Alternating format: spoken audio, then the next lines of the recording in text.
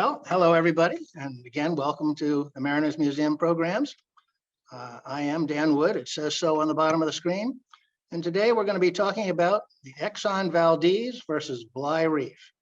Now, if you ask anybody to name 2 or 3 disastrous oil spills, just about everybody will have Exxon Valdez on that list.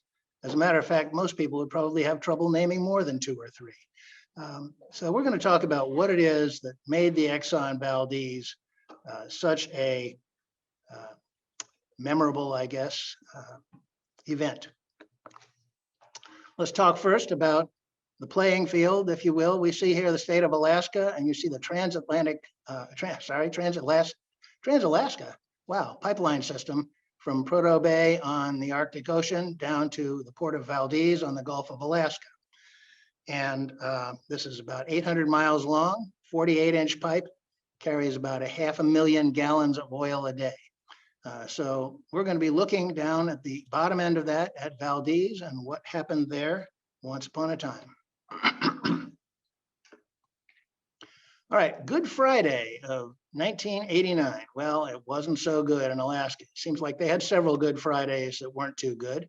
But a few minutes past midnight on March 24th, 1989, the tanker Exxon Valdez, which was called a Very Large Crude Carrier, VLCC, it's almost 1,000 feet long, loaded with 53 million gallons of crude oil, chasing along at about 14 knots or more, that's 15, 16 miles an hour, went hard aground on Bly Reef in Prince William Sound, Alaska.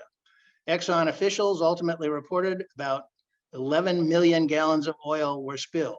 That's what they reported. It's quite possible that the actual total may have been up to 30 million gallons or more.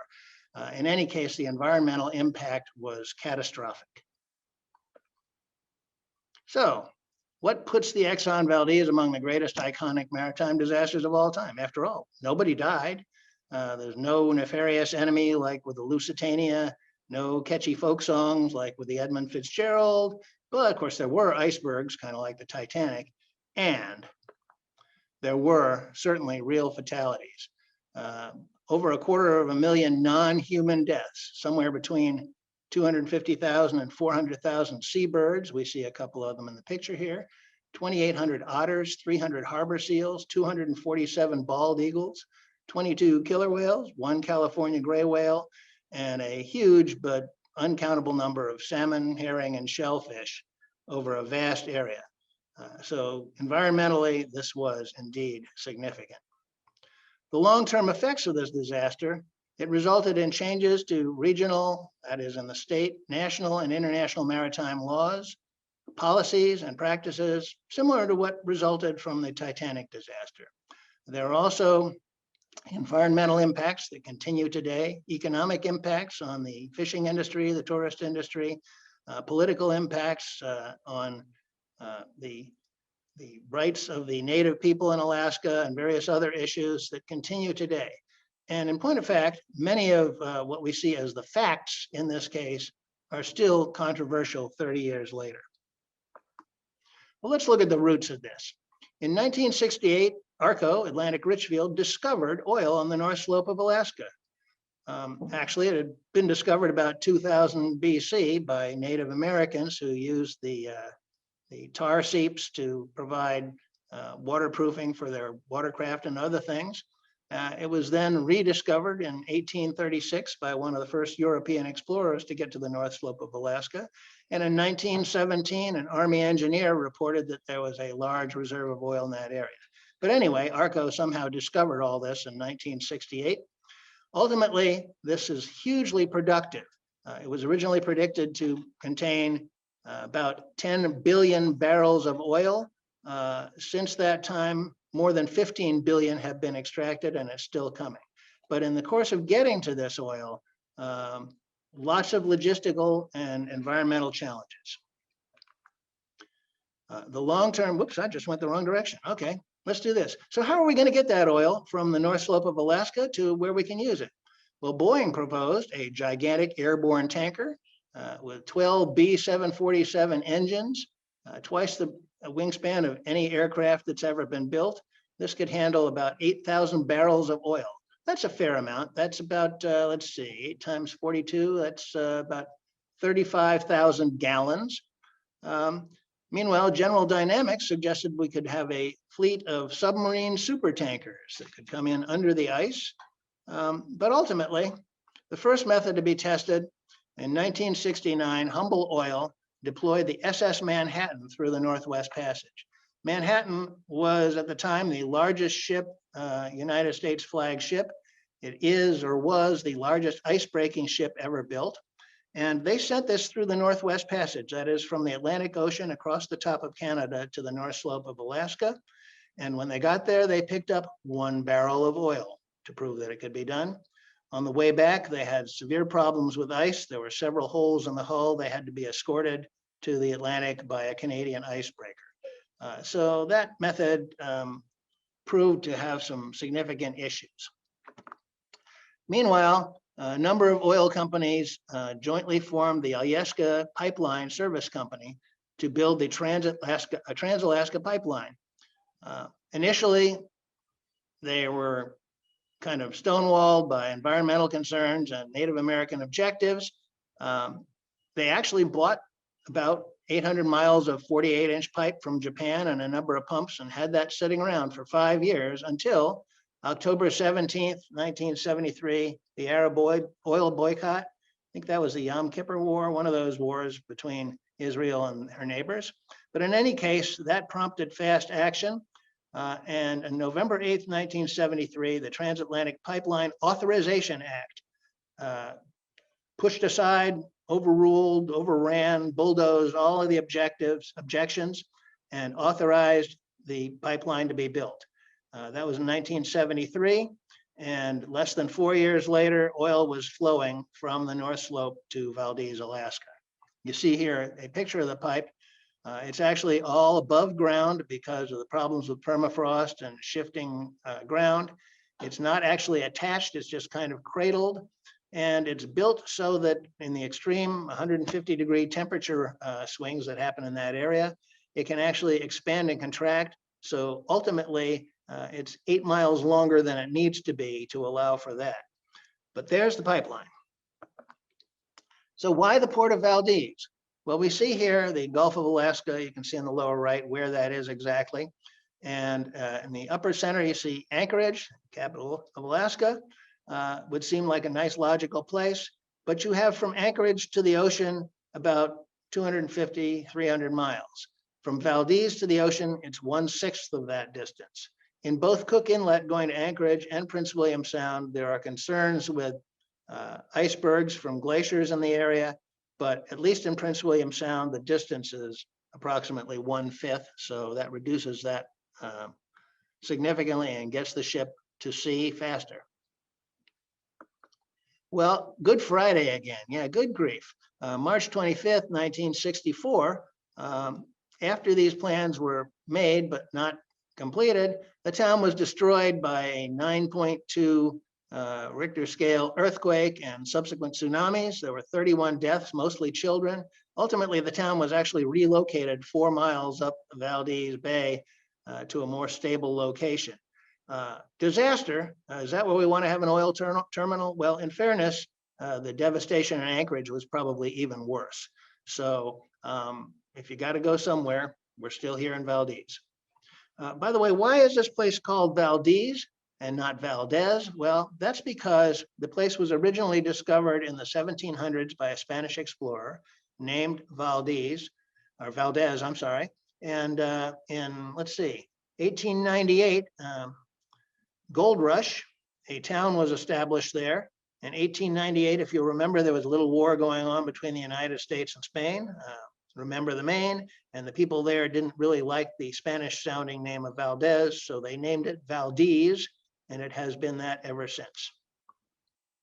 All right, so here's the Port of Valdez. On the upper kind of right center, you see the inner harbor, the bay, and you see a little kind of a red square on the bottom there. That's where the marine terminal is, and directly across is where the town of Valdez is located. Going to the left from there, you see a very narrow area, the Valdez Narrows, and then it opens up somewhat into the Valdez Arm, and then it goes out into Prince William Sound. Let's see, what do I want to say about this? Okay. Well, so that gives you an idea of the geography. In the act that authorized the pipeline, there were a number of mandates. First of all, safety mandates for the Valdez terminal. There were to be 32 storage tanks.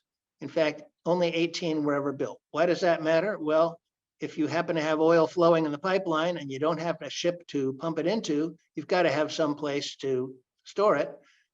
If you stop the flow of oil in the pipeline, especially in the winter, that causes extreme problems. So it's significant that they did not complete almost half of what was scheduled.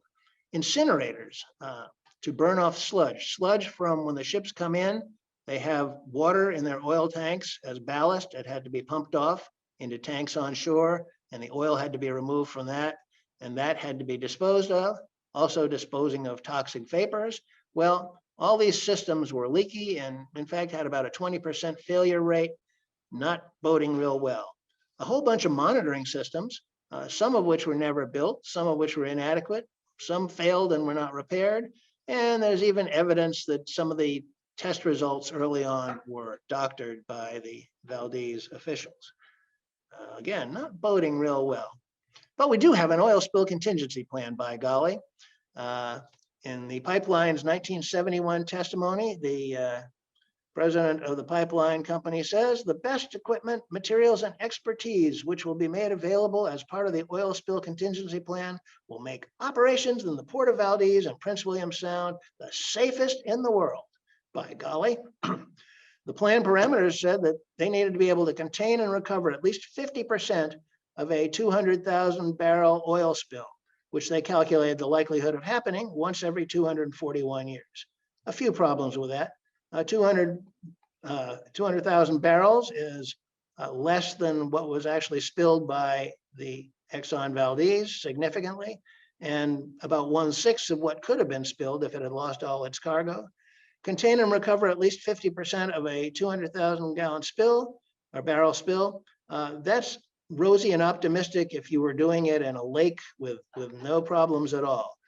In the real conditions of the Prince William Sound and the Valdez Harbor, probably 15 to 20% would be an optimistic estimate. But no mind, the plan says that we're going to take care of the problem. But in fact, even if they had a 200,000 barrel oil spill and contained 50% of it, that would still be close to catastrophic.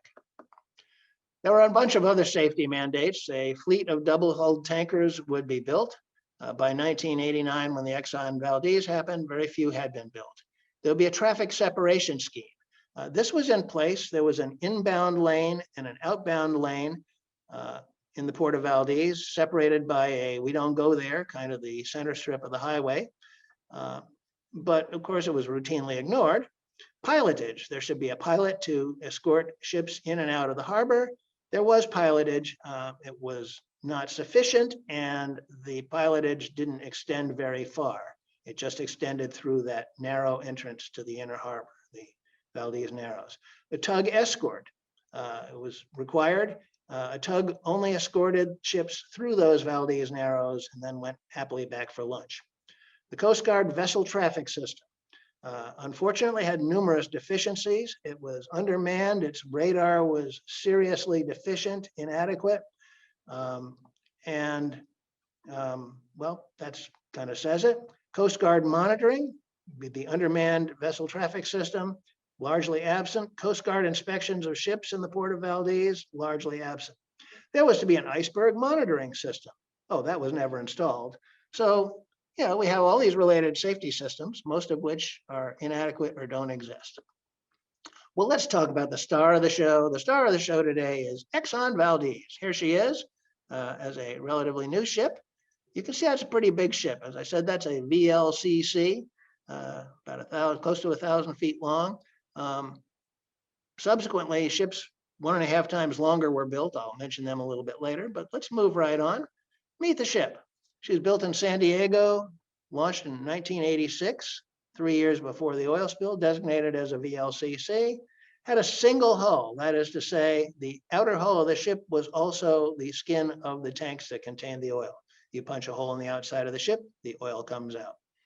987 feet long, 166 feet wide, 65 feet of draft. That's significant because a lot of ports don't have water that deep. So in some cases, these ships would have to be lighter. That is to say, before they came into port, another ship or a barge would have to meet them. They would pump oil off to reduce the draft before the ship could come into port. Capacity 1.48 million barrels. That's 62 million gallons of oil. And for this ship, nearly a fifth of a mile long, carrying this huge cargo of oil, we've got a crew of 21 people, including the captain, Joseph Hazelwood. That's for round-the-clock operations at sea and in port. As we will see, that's sadly inadequate. Well, meet the man, Joseph Hazelwood. He was born in 1946. He had a high school IQ of 138. He's no dummy. He was an avid sailor and a Sea Scout. And in 1964, at age 18, he graduated from the State University of New York Maritime College, and he was immediately hired by Humble Oil Company. He's the age of most high school graduates at that point. And he was assigned as third mate on the S.O. Florence. Well, 13 years later, at the age of 31, he finally earned his master's license. That's not nearly as slow as it seems. There are all kinds of things that he had to do along the way. That's, in fact, a very fast rise. And the next year, he was made master of the Exxon Philadelphia, an 8-year-old ship of 810 feet. At that point, he was the youngest captain in Exxon's history. 7 years later, he was made the master of the Exxon Chester, and he was cited for saving the ship in a big storm off the Atlantic coast. 2 years after that, he was rewarded for his excellent services. He was made master of a brand new supertanker, the Exxon Valdez. And in 1987 and 1988, his first 2 years on that ship, he received Exxon's Fleet Safety Awards. This is a good man.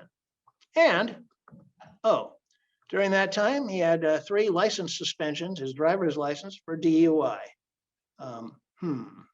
What does this have to do with driving a ship? Well, maybe it says something about a problem the man might have had.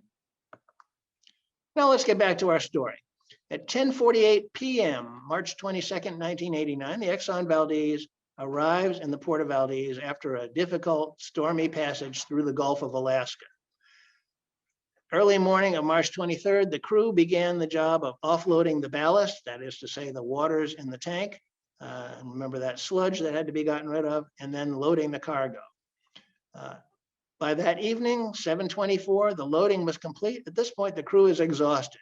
They've come in from a really exhausting trip across the Gulf of Alaska, and immediately, pretty much all hands went to work cleaning out the tanks and then loading the oil.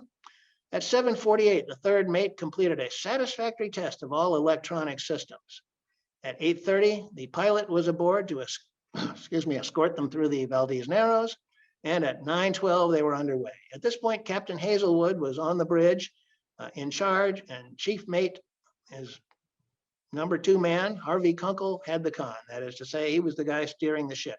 So we got the number 1 and number 2 man driving the ship. Could we be in better hands? At 9:35, Captain Hazelwood left the bridge and basically went to bed in his cabin. At 9:50, the third mate, Joseph Cousins, assumed the con. That is to say, he took over responsibility for the ship. He somehow didn't quite have the required endorsement on his license for operations in Prince William Sound, but he did have a license, in fact, as a second mate, even though he was serving as third mate, and he had made over 25 passages through Prince William Sound, 3 on the Exxon Valdez, so he had pretty good experience. What he didn't have was experience with the helmsman who was on duty, who had a reputation for ineptness. Not good. Well, some problems. At 10:20, the ship entered Valdez Narrows. There was a light fog, and there were reports of ice floating in the Valdez Arm. That is to say, the area just past the Valdez Narrows. And at 11:24, the pilot disembarked at Rocky Point. You see about halfway down the Valdez Narrows, and there's a little arm sticking out there. So at that point, the pilot is no longer on the ship. And at 11:25, Captain Hazelwood was notified of the pilot's departure. The ship's speed sped up to 11 knots. At 11:30, Captain Hazelwood requested permission from the vessel traffic system to shift from the outbound lane to the inbound lane. He wants to drive in the left lane of the road here because at this point, he's concerned about the ice and he wants to get as far from it as he can. Permission was granted. The radar revealed ice from the Columbia Glacier across both shipping lanes. So Hazelwood ordered a course change to 200 degrees and then 180. In other words, due south. You see the angle of that channel going out of the Valdez arm. And he's basically, instead of going on that angle, he's going straight down on this map. Well, on this chart, that could cause us some problems. He also, while doing that, ordered the increase to full speed of 14 knots. That's about 16 miles an hour. And about this time, the Vessel Traffic Service lost radar contact and they sort of were done with it as far as they were concerned.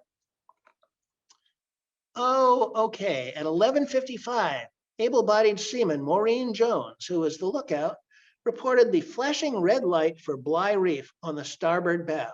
That means she's seeing on the right side of the ship a warning signal that should be kept firmly on the left side of the ship.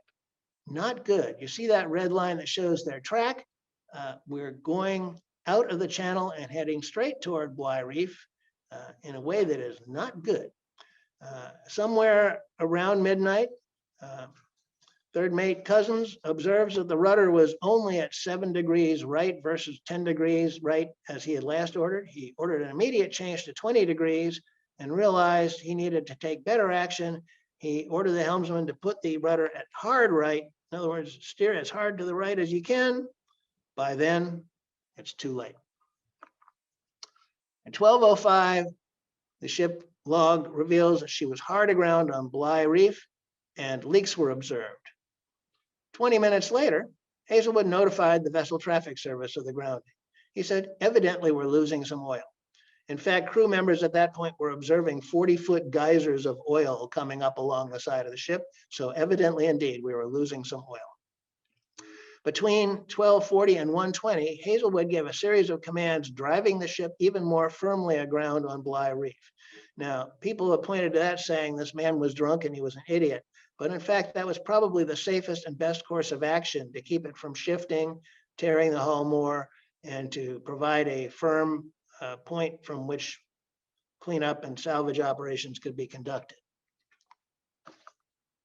Well, the next morning, the next 3 days, we've actually got ideal cleanup weather, unusually calm, clear weather in Prince William Sound. Unfortunately, basically almost no effective action was taken. Dispersants were applied on the 24th. That's stuff that you spray on the surface and it breaks up the adherence of the oil and causes basically the droplets of oil to sink out of sight, out of mind.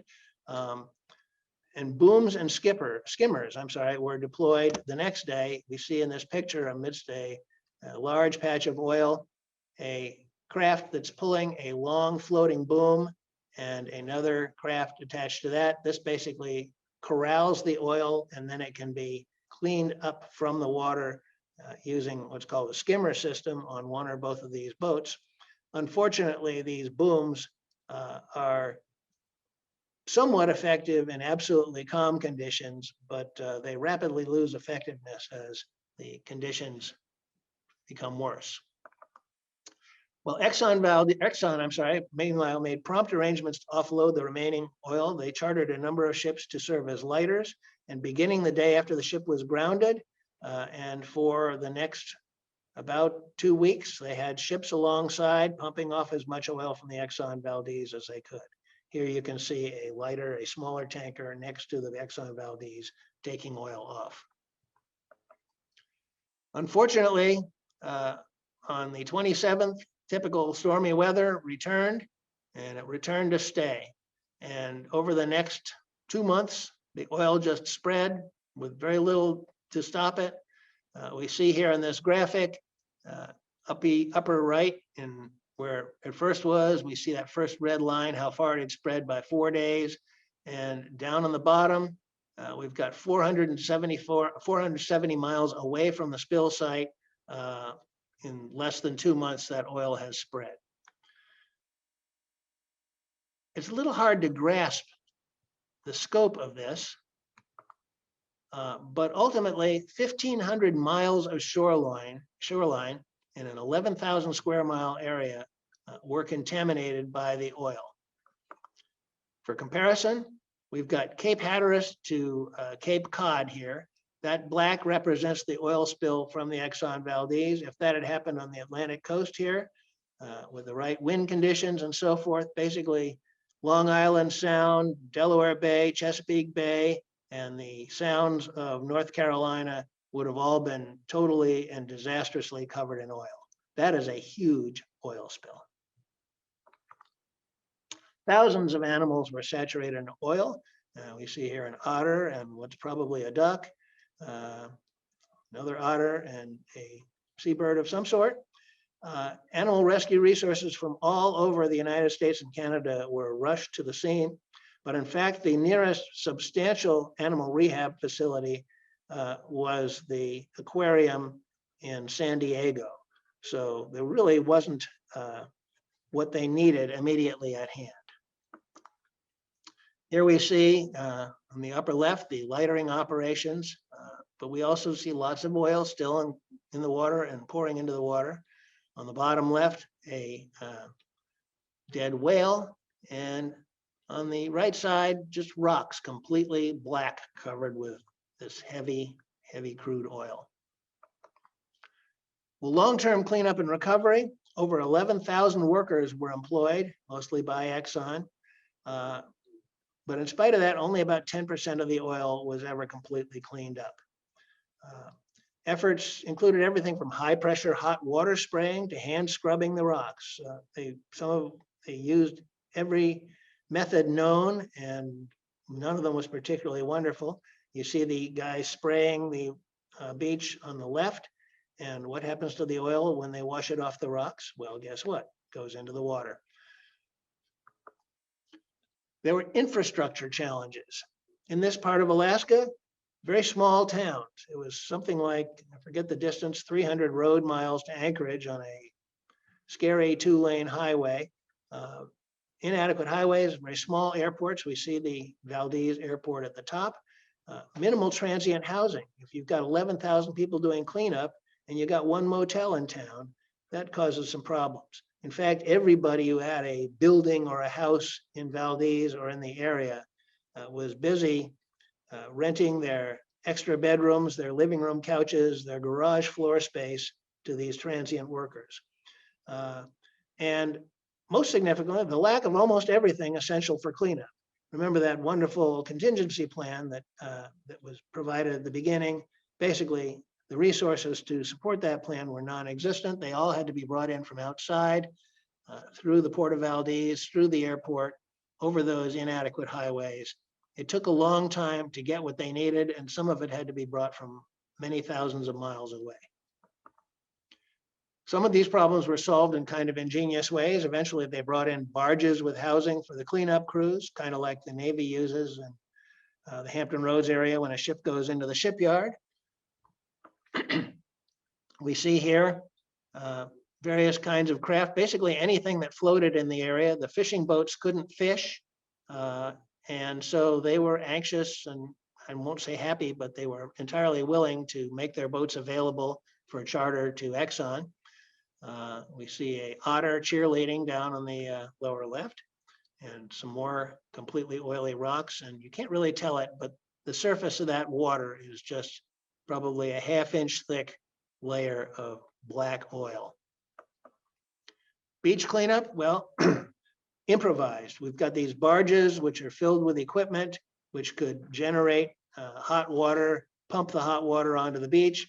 And what happens? Well, you see they've got a boom around the barge, and you see the oil slick from all the washing that's going on the beach. So now we've removed some of the problem from the beach and put it in the water, where we then have to figure out how we can get it out of the water using skimmers, absorbents, and various other things.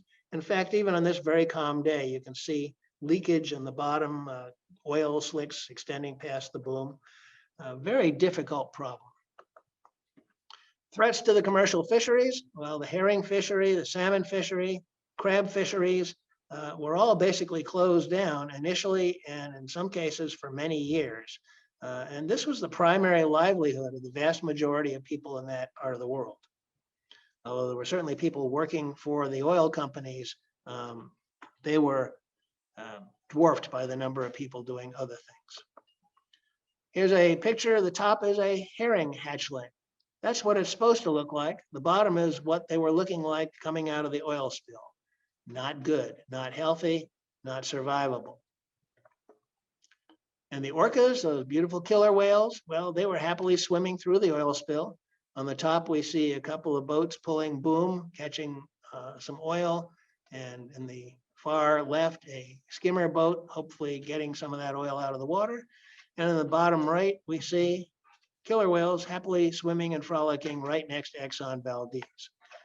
This spill turned out in the long run to be disastrous to the orca population in Prince William Sound.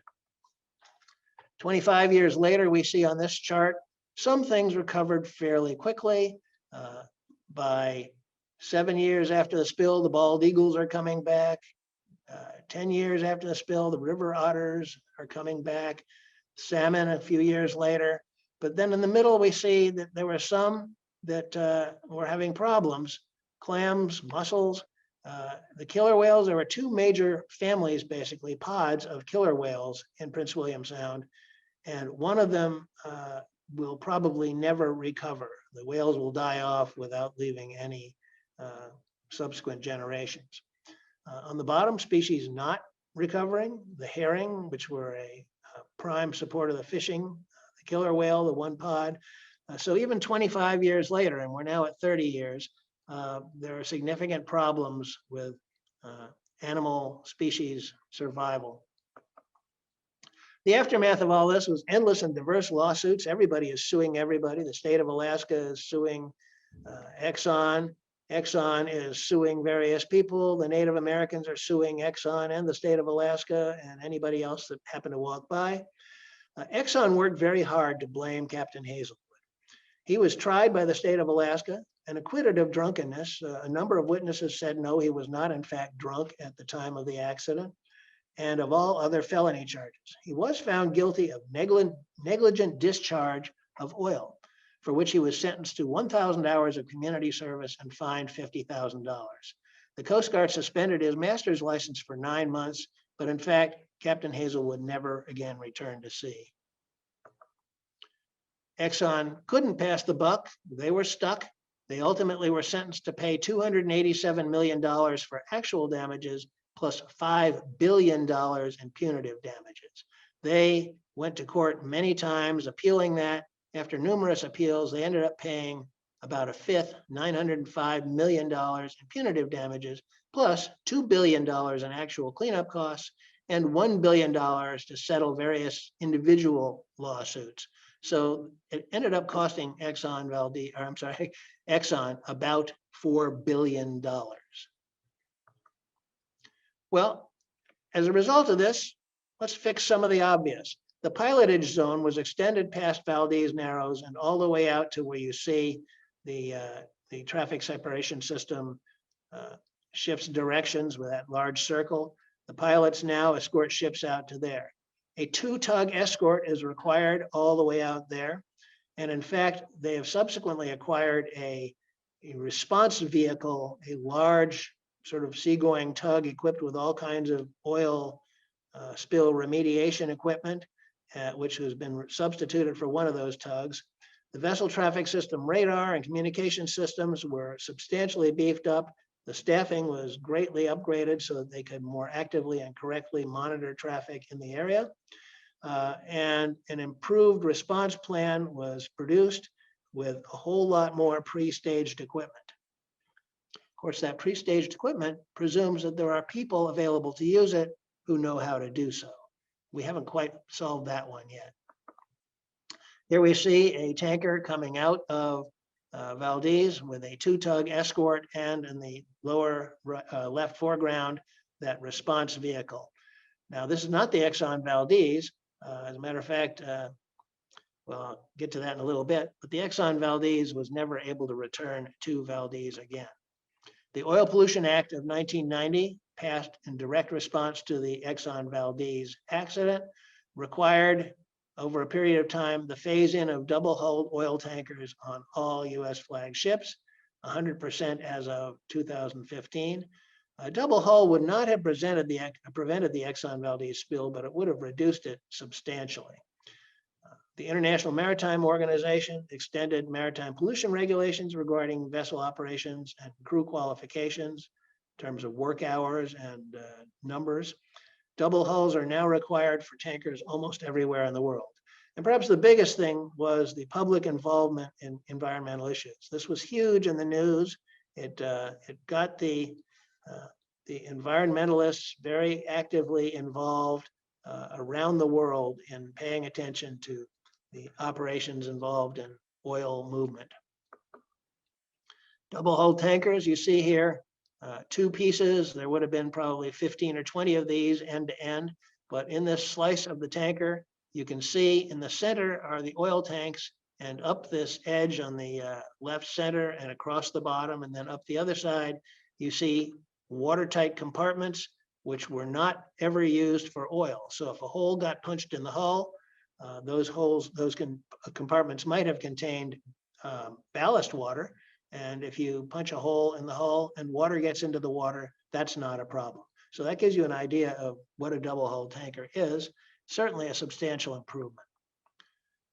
Also, ultra-large crude carriers, as if a VLCC wasn't enough. They were starting to build these things up to about twice, 1.5 times or more the length of Exxon Valdez. Imagine a ship 3/10 of a mile long. That's a big piece of boat with up to 2 million barrels of capacity, 84 million gallons. Way too big for most ports. These would be, again, lightered offshore. A number of these existed from the 1970s up until maybe 2000. The number and the size of these has been reduced as a matter of practicality, but they're still out there. And what about the Exxon Valdez? Well, she was towed to San Diego for repairs in a couple months after the grounding. 1,600 tons of steel were removed and replaced at a cost of $30 million. We see here a bunch of people looking at the damaged hull. You can just see them looking surprised and interested. Yes, but in any case, when they finished repairing the ship, it was still a single-hulled ship. And that Oil Pollution Act of 1990 had an interesting provision.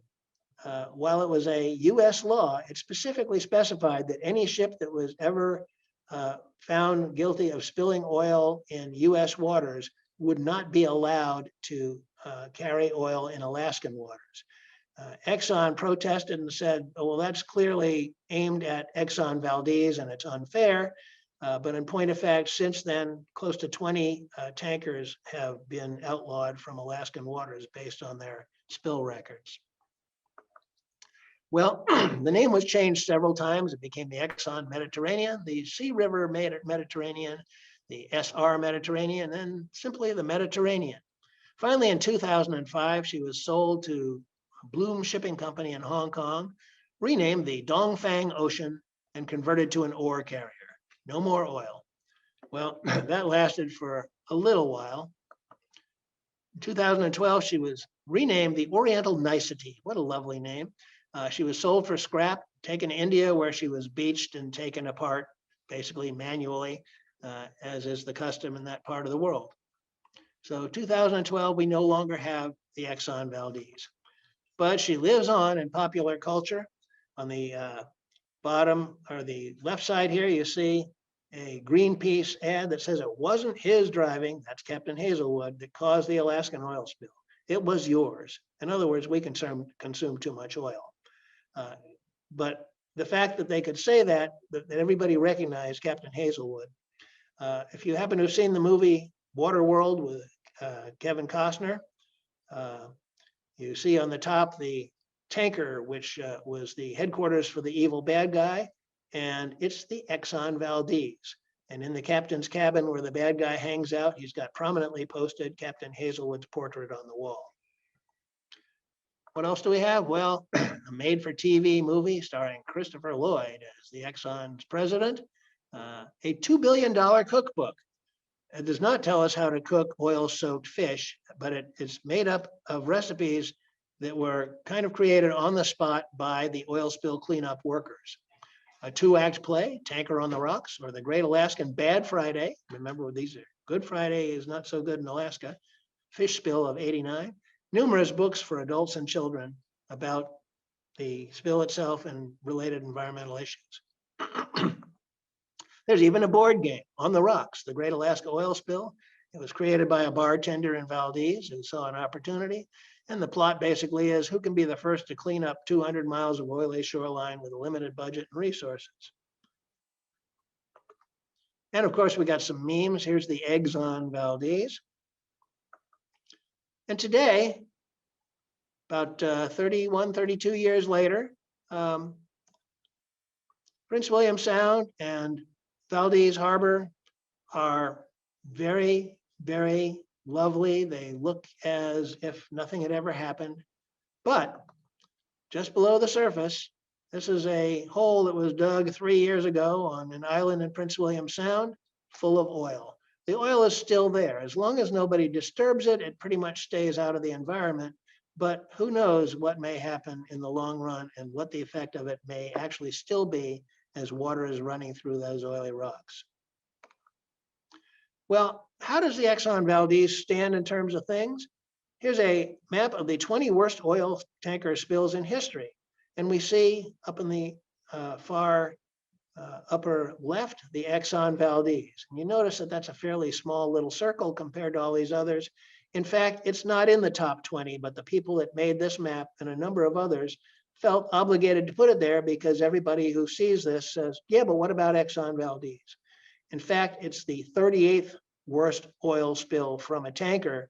And there were many other spills like the huge release of oil in the Gulf War, the oil well blowouts in the Caribbean and the Gulf of Mexico, which have been far, far, far worse. But nonetheless, Exxon Valdez had an impact far out of proportion to the amount of oil spilled because it was in such a remote, pristine area and because of the difficulty that was encountered and the ultimate environmental damage that resulted. The good news, well, here we see a chart. The blue lines represents the number of spills annually. And by 2019 on this chart, we're down to about 5% of the peaks in the 1970s. And meanwhile, the amount of tanker traffic has, the amount of oil carried by tankers has doubled. So in fact, much, much reduced probability of disastrous oil spills today as compared to 1989. So that's what I have for you. If there are questions, I'd be happy to try to answer them. Otherwise, what's next? Okay, thank you, Dan. That was really interesting presentation. I enjoyed that. I remember when all that happened, and I've often wondered, what happened? Like, what happened to Hazelwood? Once it's not on our radar anymore, we just don't think about it. Okay, so any questions? I don't have any in the Q&A box or the chat box. Let's see, nope. So no, I don't think we have any questions. Thank you so much for joining us today for the Speakers Bureau presentation. Dan, thank you. Excellent job. My pleasure. I hope everyone stays cool today and has a great holiday weekend. I do want to say, please come visit us in the galleries. We reopen to the public this Friday at 9 a.m. So we'll see you in our galleries. Thank you for joining us today. Looking forward to it. All righty.